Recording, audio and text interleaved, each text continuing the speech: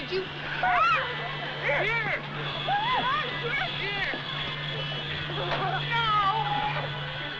It was like any other day. My sister Kathy and I thought that we would spend some sister time together before I headed off to college. So she invited me to go to the beach with her boyfriend, and I was supposed to have had a tennis date that afternoon, but he canceled out on me, so I had an afternoon free, and I jumped into my sister's Volkswagen and headed down to the beach and left my towel up on the sand and waded out into this water and saw some children jumping off of a raft. An athlete that I was, I just swam right out to it without touching bottom, so I didn't have a clear idea of how deep the water really was or how shallow. All I saw were children jumping off, diving off. And of course, I'm a tall 17-year-old, and I did a pipe dive off of this raft and did not pull out of it in time. It was a really stupid thing to do. And immediately my head hit the sand, snapping my neck back, crunching my 4th and 5th cervical vertebrae, severing my spinal cord, and I'm just floating face down. Johnny? This program raises questions. This program is for people who find it hard to trust God. The best answers are wrapped in flesh and blood. My friends, people who are enduring real tragedies every single day. Quadriplegia, muscular dystrophy, stroke, bankruptcy, loneliness, singleness. We're going to talk to those very people who have touched my life.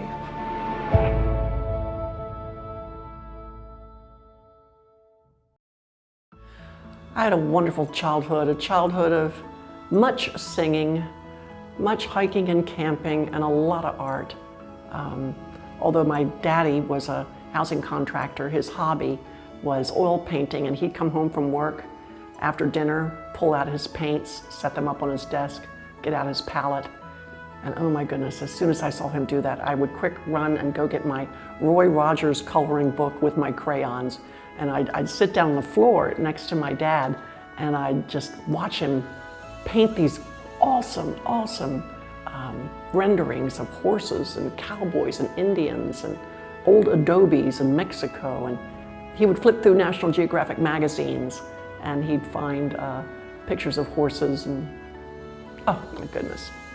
And when he would start painting, I would just look up so longingly, and I treasured those moments when he would lift me up on his knee and he'd take his big hand around my stubby little one, and we'd grab a brush, dab in the oils, and then together we'd sweep and swirl this color across this magnificent canvas. And oh my goodness, Daddy, look what I'm doing, look what I'm doing. It wasn't me doing it at all. It was my dad. But you couldn't have convinced me of that when I was a little girl. I thought I was painting those pictures. I get misty-eyed just thinking now of how wonderful my childhood was. Not only horseback riding, but camping along the dunes of the Delaware shore during the summer times for a couple of 3 or 4 weeks on end, going hiking with my daddy, moonlight horseback rides on a full moon. And all this to me as a child was so magical. It was so winsome and wonderful. And I would come home from these experiences and I just have to express it. And I think my art for me became a way to showcase all this intangible, mysterious, wonderful joy.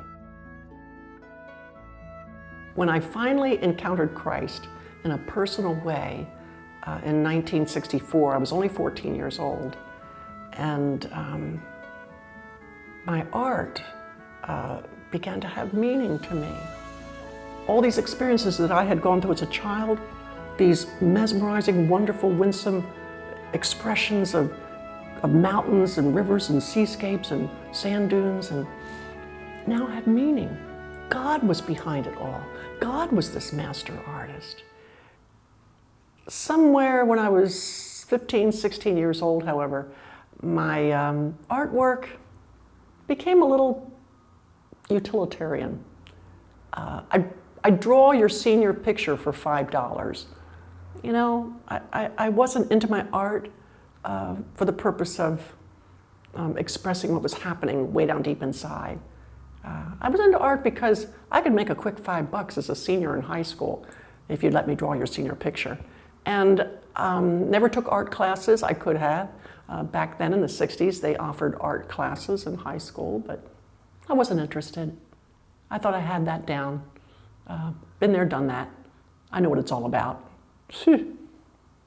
What a crazy 16, 17-year-old I was. No wonder I broke my neck. Am I going to be in this thing a long time? Dad? Please be straight with me. It'll really help to know.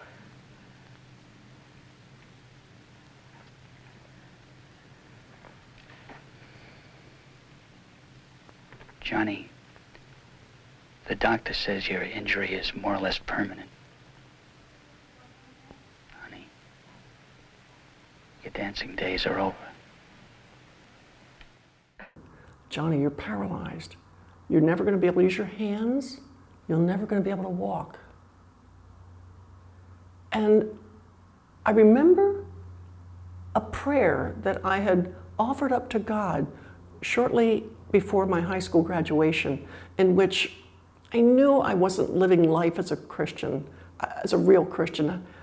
I was being a hypocrite with my boyfriend. I was really messing things up. And I remember praying right before my high school graduation, God, do something in my life to turn it around, jerk it right side up, because I'm making a mess of my life.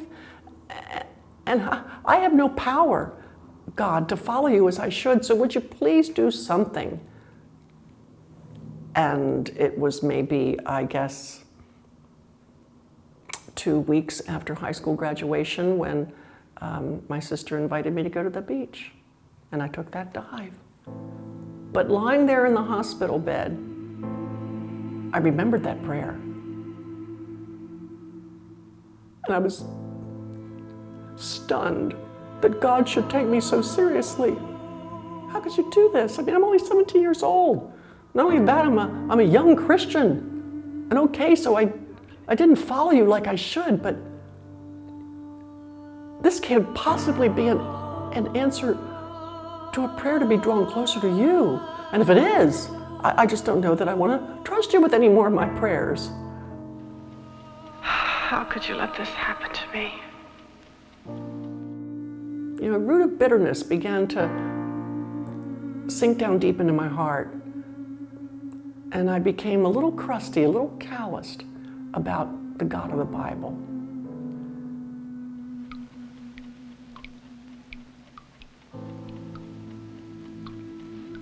It's stupid trying to talk to you. You're as impersonal as the machines in this place. What a dumb thing to believe you really care about people. For about 12 months, I was in bed. And around the end of that 12-month time, I had moved to a numb, emotionless despair. God, if I can't die, show me how to live. Please. That time of despair didn't last long. And when it finally lifted, it was just, it was so wonderful to finally feel something. Okay, so maybe it was depression, but it was feeling something, not checking out of life emotionally, spiritually, and mentally. Not so tight. You'll get writer's cramp in your jaw. Back to first grade. Writing the alphabet, holding a pen between my teeth, was just a poignant metaphor for how elementary everything was going to have to be now. I was going to have to start over. I was going to have to learn everything, just like being in first, second, third grade. It was maybe a week or so later that another visit to occupational therapy, my therapist came up to me and said, I want you to try and draw something. I heard you were an artist. You gonna throw that at me? I want you to draw something on it. You gotta be kidding. Draw something you like. Use these. It won't work. I used to do a lot of sketching in charcoal because my father's sort of an artist. But that was when I had my hands. The skill, the talent comes from up here. With a little practice, you can do as well with your mouth as your hands. I mean, sure, I did that when I was on my feet, but I'm paralyzed. I can't draw. And she encouraged me. She said, no, here, try. And with that pointed wooden stick in between my teeth, I began etching into this wet clay. But as I'm drawing, I'm doing my favorite subject. This is a horse, and there's a rider, and a saddle, and a cowboy hat, and I looked at it, and oh my goodness, I can draw. Oh, what a shock! I can still draw. When I began to see that I could wield some power with this pen between my teeth, all those habits of self-expression in art began to well up, and I began to see that a sketch pad could be a way to express this despair that I was going through. And so it was maybe a week or two after I tried that alphabet that my occupational therapist encouraged me to draw something, anything. And so I did, and I think she was very excited to see what I might do. This was a work in progress. And, but as I continued to draw, and as this ghoulish face took shape, she was somewhat quieted. She was revolted. She realized that I was dying on the inside, and I was so afraid of living on the outside. And this self-portrait that I did, full of despair, full of angst, full of helplessness and hopelessness. This particular rendering, however, later on, when I began to get my act together emotionally, spiritually, mentally, when I began to move forward, I wanted nothing to do, of course, with the past and all that horrible despair, those feelings of anxiety and anguish, so I tore up the original, dumped it in the trash. Now I'm sorry. But when they recreated my life for the movie Joni, they wanted to recreate that same sketch. And so the art director on that film, under my directions, recreated it. And to me, even though I did not sketch this particular rendering, it's much like the original, and I keep it as a reminder of how far I've come, from whence I've come. And I never want to forget how God pulled me up out of that miry pit and set me not apart with the dead, but with the living.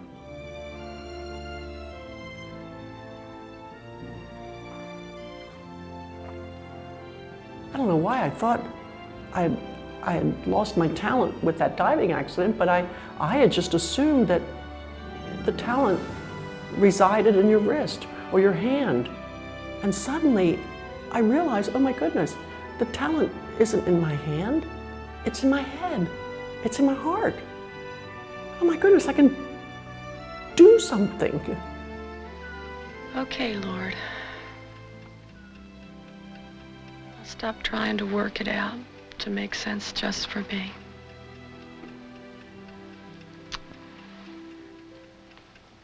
Whatever surprises you have in store,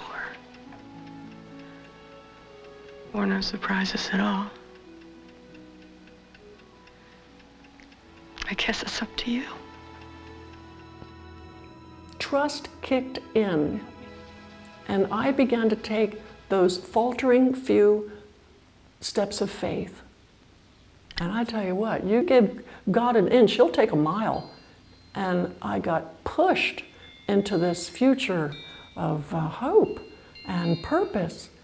And joy doesn't depend on whether or not I can run 25 laps around a hockey field. No, joy and meaning and purpose was satisfaction. I was becoming satisfied with who God is. And who God to me is this God who whispered to me in those darkest moments, Joni, if I loved you enough to send my son to die for you, I'm not going to trash you. I'm not going to throw you. You mean everything to me. And I may have forsaken my own son on his cross, but I'll never forsake you.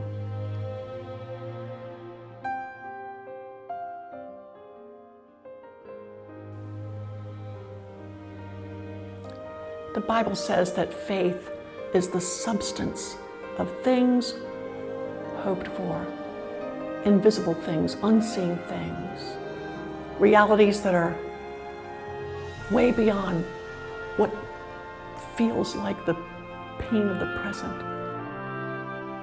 When an artist chooses a frame for a painting, he does so with the purpose of highlighting the best qualities of the work of art. He finds a frame suitable to highlight the characteristics of the artist having expressed himself. My wheelchair is a frame, perfectly suitable for this work of redemption that Christ has made in my life. And it's highlighting the best qualities of God, the master artist. I would have never painted this picture of my life this way. I would have trashed it. I would have thought it had no value. But God saw something, and He worked His genius in my life. And now my wheelchair is a frame around, I think, a portrait, I hope, of Jesus. Love, patience, endurance, self-control, tender, loving kindness, gentleness, meekness, all these qualities of Jesus, I hope, are reflecting through my life, and I hope the wheelchair frames that. And just like any good work of art, I mean, a frame is not supposed to draw attention to itself, but it's supposed to focus the viewer's attention on the painting. And I hope this wheelchair does not draw attention to itself. I hope all it does is augment and make more beautiful, more glorious the image of Jesus that He has painted, having redeemed all those ugly things in my life to make something quite beautiful.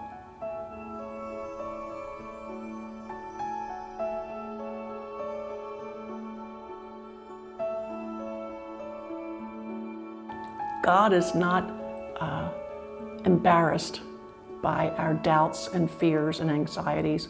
He's not even embarrassed about our despair.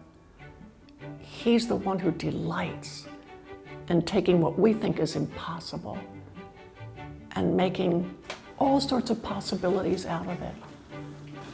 You know, just like Bridget's Book of Hands. Okay, put it down. Good, very good. My life was once in ashes, ruined, but God has given me a praise, the oil of joy, beauty, and not just in my life, but I think in my artwork.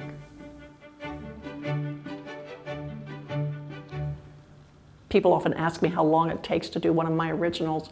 Well, I'll be quite honest, it'll take up to 10, 11, 12 months. But I would say maybe 8 or 9 of those months are spent experimenting with colors, trying to decide on the composition, solving all my problems before I embark into the final design. There are some strokes I'll never be able to do. I mean, even when I did the 3 wise men on their camels crossing a bridge against a moonlit night, And there's that wild, windy, starry sky influenced by Van Gogh. And the way I did that is I put the easel, or the painting up on my easel, and I dabbed into the oil paint and okay, a little bit more movement. Okay, rotate the canvas more. If somebody had looked at me painting that picture, they must have thought I looked like a chicken pecking for grain.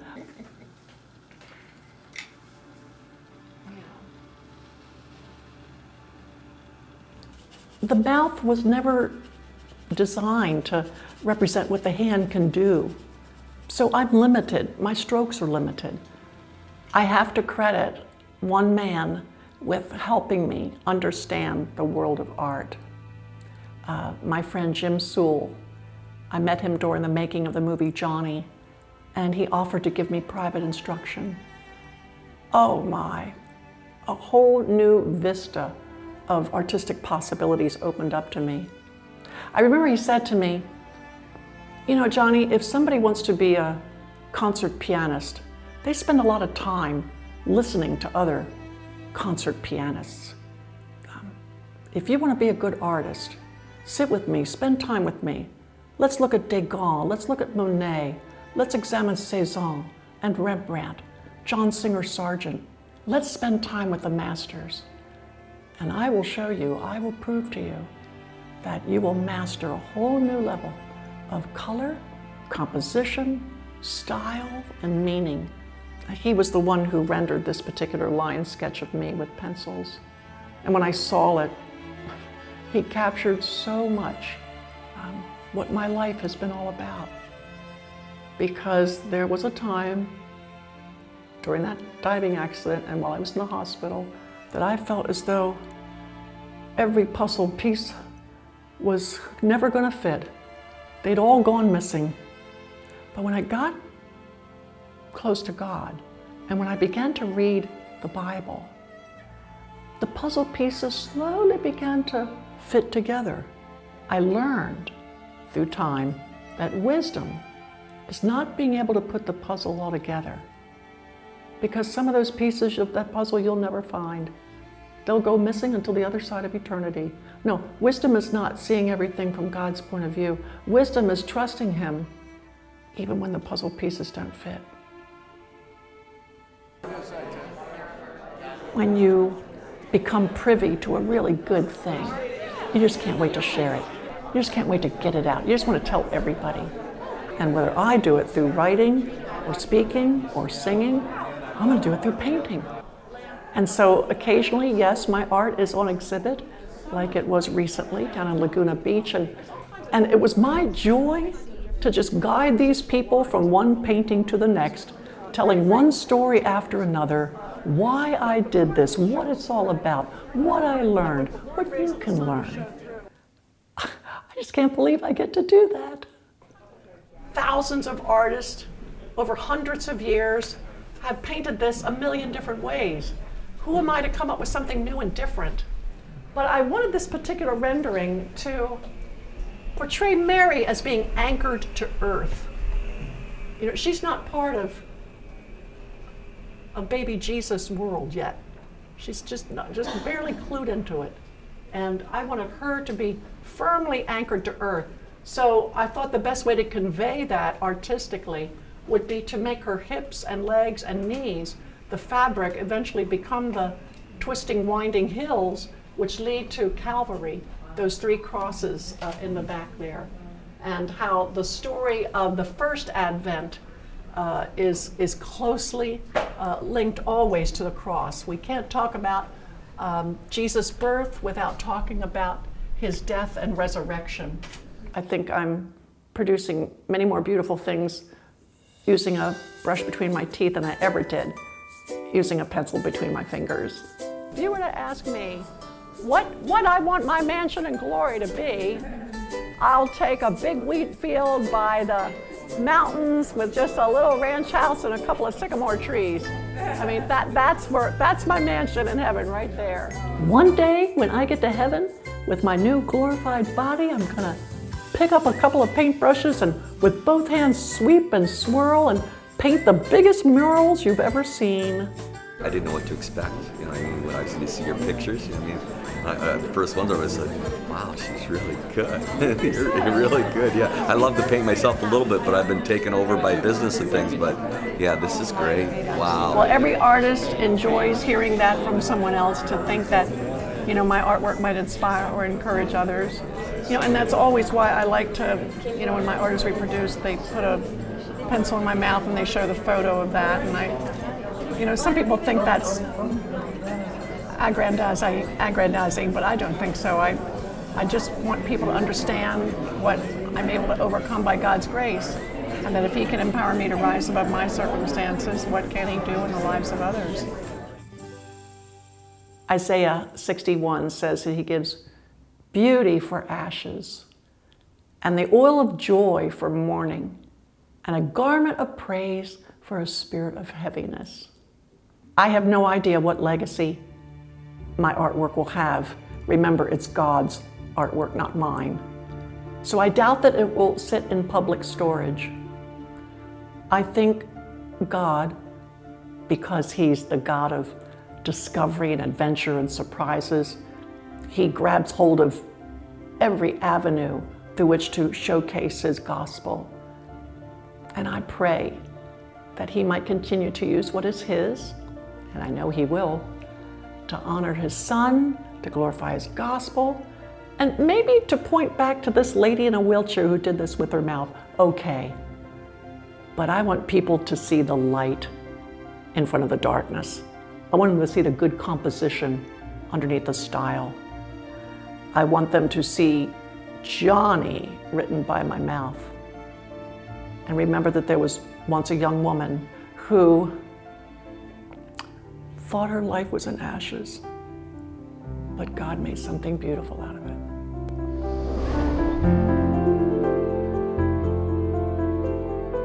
Joni and Friends depends on the prayers and support of folks just like you. So please, would you help us? Participate with us, pray with us, and give us your gifts.